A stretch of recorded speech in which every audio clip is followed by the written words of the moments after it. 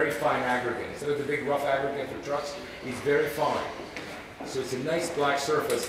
And then at night, he hoses it down with, and so it gleams. It has a shine, and it's beautiful. You have a black, you're in a black seat. And then the furniture is tractor tires that are steam cleaned in shellac, so you sit on tractor tires.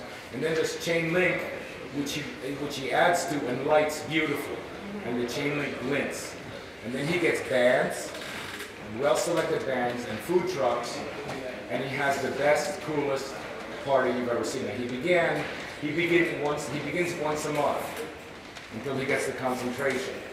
And then he does 2 days a month, and then he does it every week.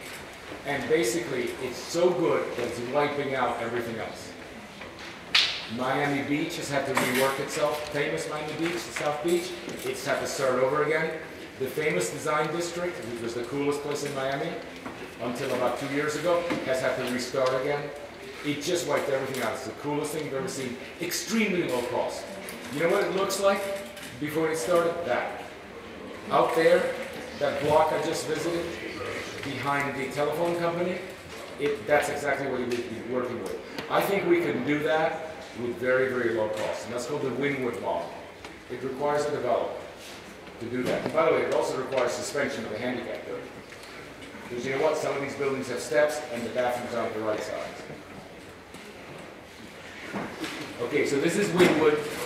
This is some photographs of Wynwood by Jaime Correa. This is a professor who would have been here, except he's lecturing in Colombia today. And he has collected, this is just a little bit of Wynwood, but also he has a huge collection from all over the world. Lighting. Okay, you know, this is exterior lighting made out of probably old. Oh, this is Wynwood. This is what he did. This is Wynwood. This is such a no place, horrible place in Miami that honestly I've never been there for business. I hardly knew where it was. And so what he does is look what it looks like. Actually, your place looks better. This is even worse. And he didn't bury the wires. What he did is he made the wires look cool. It's a completely different thing. He made the wires look cool because everything is at the same level of roughness. So he does that. That's 2006. Look at what it looked like. Nothing, nothing, nothing. So he finds the center, and he buys the first block. Yeah, like that. Okay. And then he buys, and that's the first block. Art gallery, graffiti, parking lot turned into AstroTurf. Okay, that's just the beginning. Actually, no, I'm sorry. This is before he started. This is what he found. Second-rate graffiti, you know, not the right thing, weed eating lots. And then he turns it into that. Okay, so he turns it into that. And then see the tires? The tractor tires? By the way, you're seeing it in the day. This is not for the day. In the day, it's okay. At night, it's extremely glamorous because the lighting is everything. It's the lighting and the humidity of the asphalt. In the day, it's not an action. This starts at nighttime. And then he has containers that he opens the side and has roll-ups. And he lines the empty parking lots with them. Very simple. And then he has, eventually, by the way, because the food trucks do so well, he can actually incubate real restaurants for people who want to sit down. So this is a restaurant inside. And then he keeps buying blocks and they're not contiguous. This is weird because I would always buy contiguous blocks. I would always advise that. Tony, for some reason, bought like this and let others buy the blocks in between. And it's a very strange thing because what happens when I go visit there, and Liz and I went there the other day, we were here, and then we said, well, there is a business accelerator over here that we wanted to visit. And as we walked, there was an interesting combination of revitalization and also the real stuff. So we had this experience of real graffiti and artistic graffiti, and renovated, not renovated. And you would look through a door.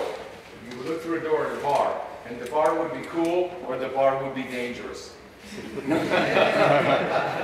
You should say, whoa. And both were very cool. Like the idea that there was, of course, we entered the cool bar, but it was really thrilling to know there was a dangerous bar next door. And you know, it's that authenticity that people are looking for. It's the opposite of Disney. Yep. So what he's doing is buying these buildings on the cheap, yeah. And then the other investors come fill in and run his real estate license. Right. Okay. Now this is something he's very clear about. When I realized that Tony was doing this, and I realized this was very 21st century. Low cost, no loans. You know, it's not the old way of saying, well, I'm going to buy something for a reasonable high-rise. I realized that this was the first project. I said, Tony, you're doing the first project of the 21st century. And he kind of agreed. And I said, come over and explain it to me. And one of the things he says, don't forget, this is not in itself a financial play. It's a real estate play. It's all about increasing real estate value. Okay, because if you look at it and you see the income from 2 restaurants and a bar and so forth, it's okay. I mean, he doesn't lose money, but that's not where the money is. The money is making the whole thing valuable. And I think we have to remember, what we're doing here is not an end in itself. What we're proposing here for High Point is the first step in making the whole of High Point valuable. That's the end. It's going to be a lot of fun to get there, but that's not the end. Okay? And by the way, when it finally disappears, when all these cool places disappear, you'll regret it. And then they'll have to find another cool place.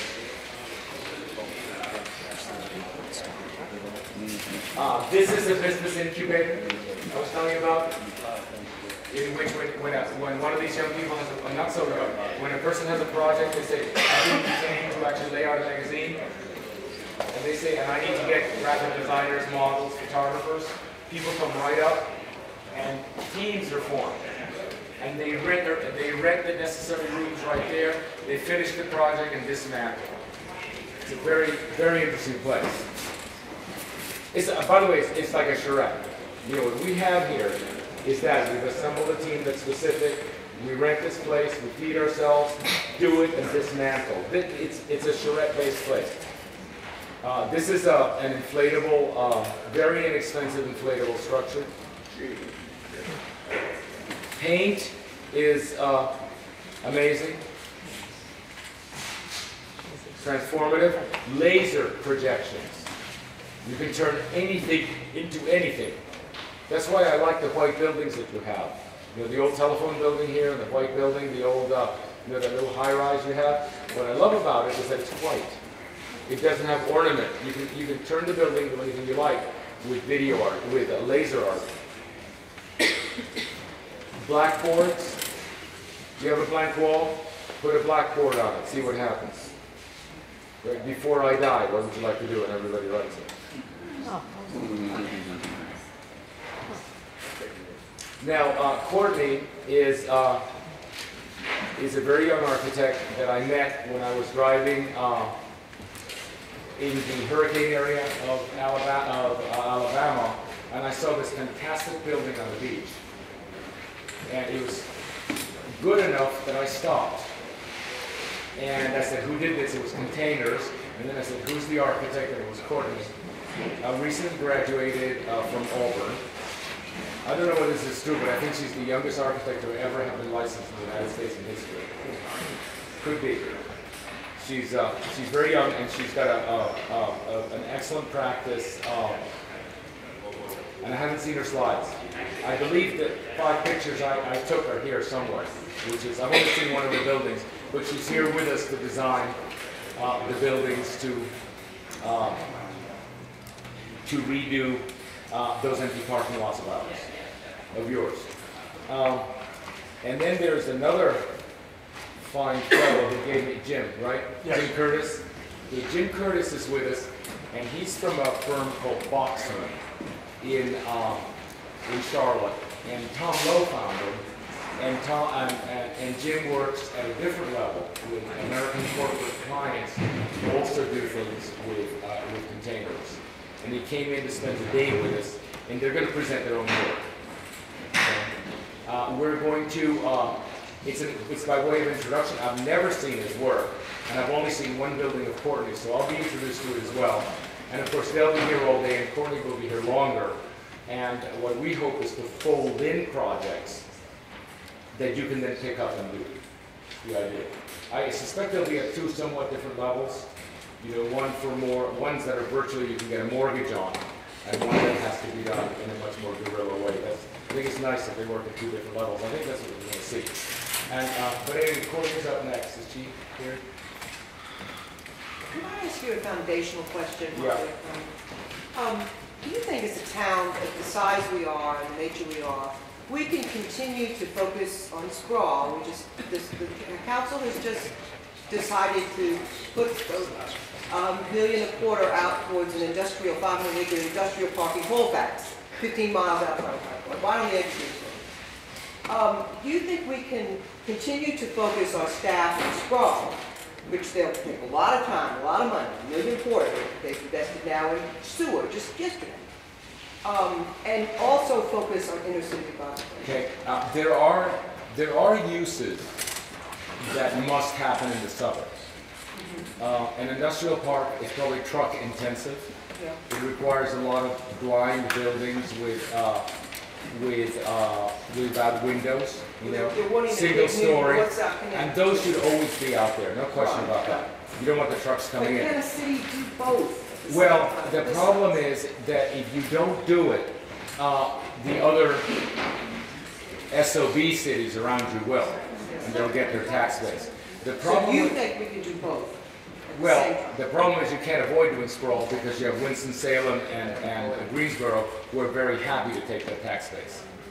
If it weren't for that, if we had regional planning in this country and each municipality were not competing with each other, essentially to the bottom for tax base, we could actually have a planning system. What you're implying is that we have power over this. I'm asking you. Yeah. I'm asking you. No, I'm not accusing you. I'm saying if for example, a planner did the entire triad in one shot, you know, as a single piece, you would have a rational policy.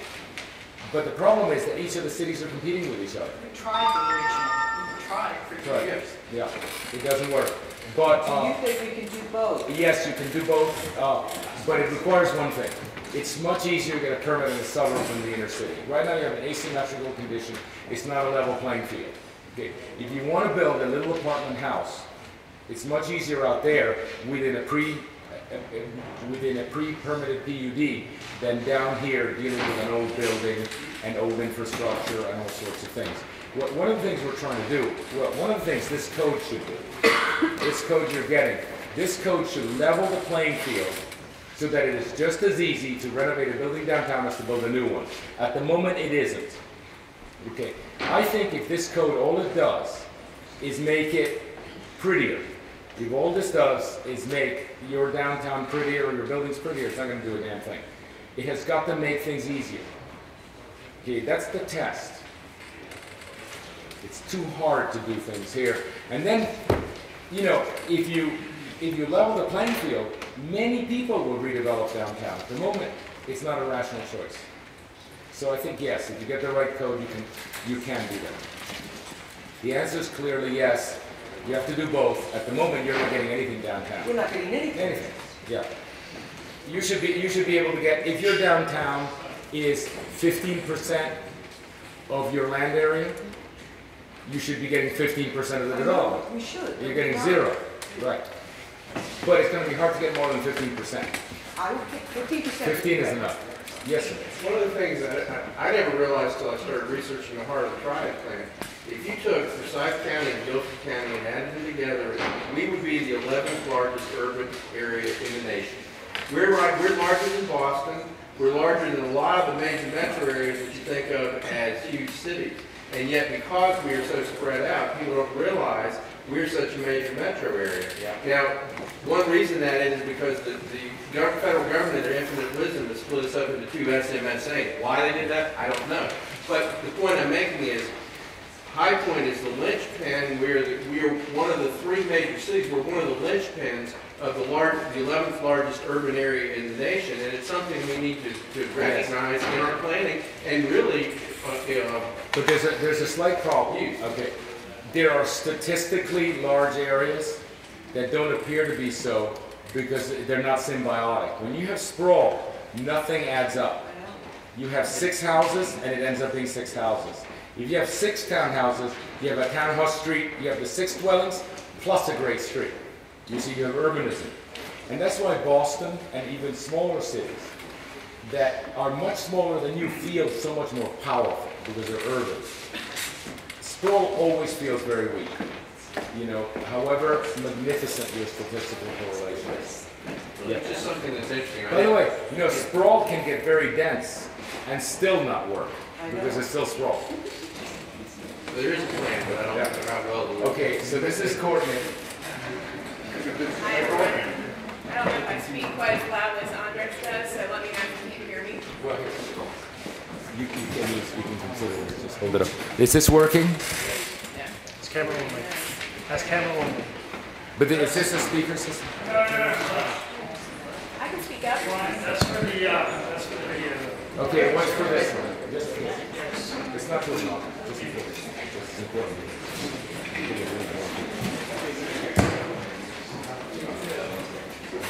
Don't do it if you don't feel comfortable. At least try it.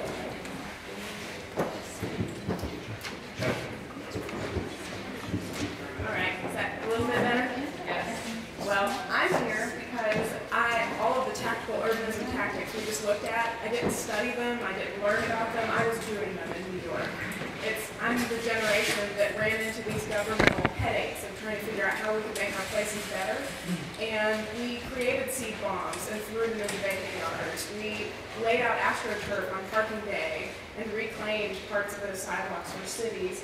We encouraged people in their neighborhoods through Architecture for Humanity, which is a local organization here, to reclaim these spaces and revitalize them. So we are doing it like activism, and that's the way that we saw it. So it's a process, and I'm glad to be a part of it, and we're hoping that we can bring some of those great ideas to this town. So the restaurant that Andres is talking about, like you mentioned, these sea cans with the shipping containers, sometimes it's trendy in some areas, it's been done all over the world, but the way we look at it is a specific solution to a particular problem. So I definitely am that lowest level of starting a catalyzed value in a new area.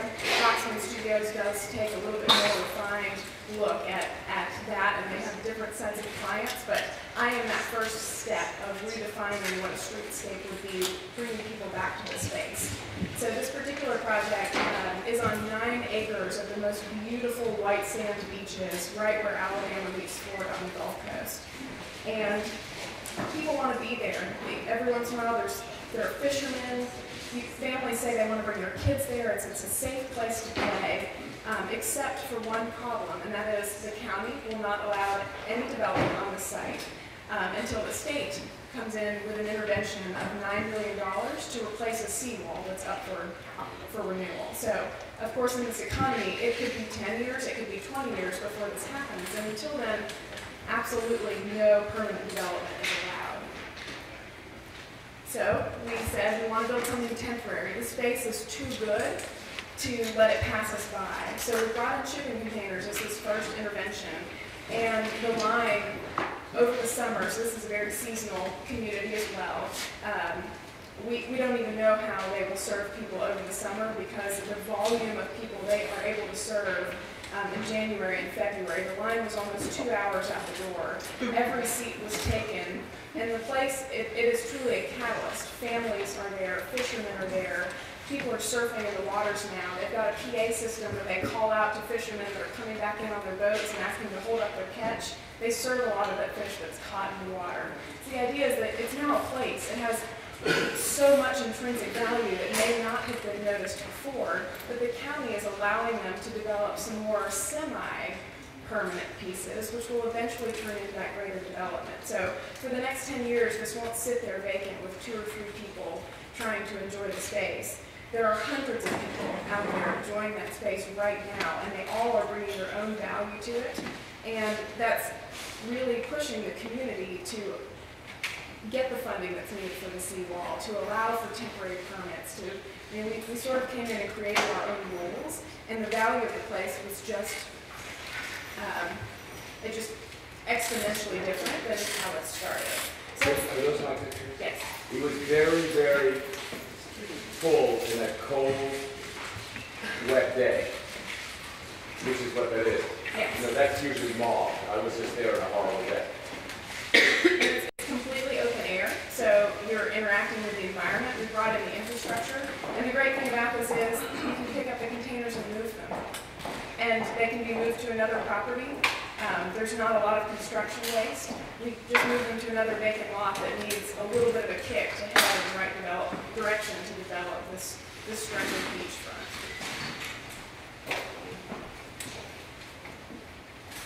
You're on the box one.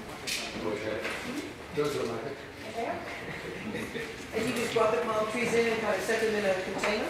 We did, and here's actually a great example. This is actually real turf that's laid on the beach. So there's a few different experiential areas around the containers, including real grass. There are a lot of design concerns when working with these containers. In the climate down there is one of the major concerns with the metal box they heat up. So we've actually got grass on all of the roofs. That's real grass that gets irrigated and it keeps the containers cooler.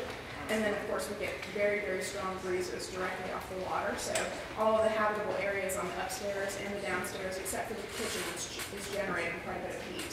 They're completely open air, and so far so good in terms of the comfort level. So how many containers do we see there, 4 or 6? This is 4. The one that you're seeing on the ground floor directly is a vestibule area where people gather. It's become a big merchandising opportunity. It's become so popular that this area is now full of t-shirts and memorabilia and things like that. That's also where they've gotten popular. Go back. Just young man over here. Well, yeah, like the containers, like I keep seeing it and keep hearing it, and I really love that idea with the containers. Especially, I'm an artist, and to see something like very structure-wise, very geometric, it'd be nice to actually add in like some artwork to it or add more pop to it.